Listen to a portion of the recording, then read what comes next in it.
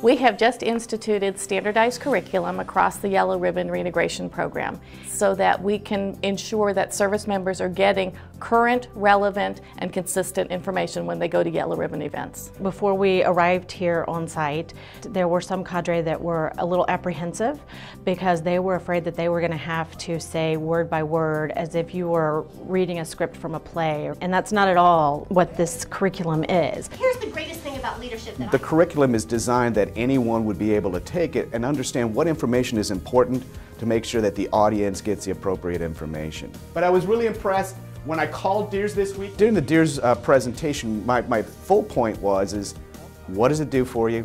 What documentation? Well, the first one you have to have is you have to have a picture ID that's not expired. So I kind of took a look at the script, kind of highlighted and reformatted it for me so that I knew when the handout should be talked about, when the slides should change. Handout 1 shows you the different means where you can access Deers to put information into. We can meet almost every need that anybody has because we've got the personalities to take that same material and deliver it any way that it needs to be delivered. How many of you are married to a service member?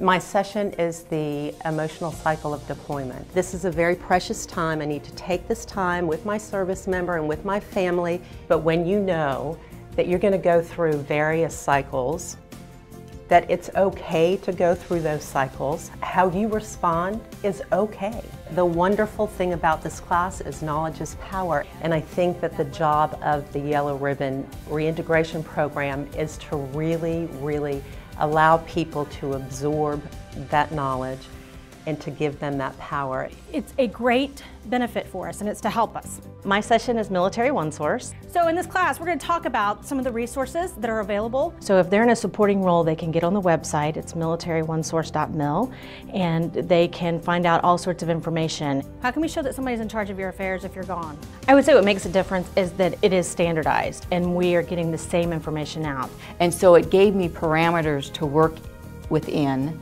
and it gave me objectives to work with. Deployments are stressful, but we can just kind of broaden that. Life in general is stressful. My session is called Address the Stress. We start off with a personal reflection of individually what causes stress to you, how do you know that you're stressed, and what are your coping mechanisms to deal with your stress. Things that really bother me, I write on a piece of paper, put in my shredder. Once we implemented it and they can see they can bring their own style, their personalized stories to the material, the difference that we have seen today as we finished up the training and everybody thinks that the material is substantial. But I think by setting a standard, people will come to know and understand and have their expectations met. As we go forward and we try to continue funding this program, we need to be able to show that there are results, that the information that we are giving service members and families are having an impact on their lives, that we're changing behaviors, that we are improving their resiliency to get through a deployment and to reintegrate with each other after the deployment. And sometimes we walk into rooms up to 1,200 people. And because of these materials, the power in these rooms when we're doing these presentations is amazing.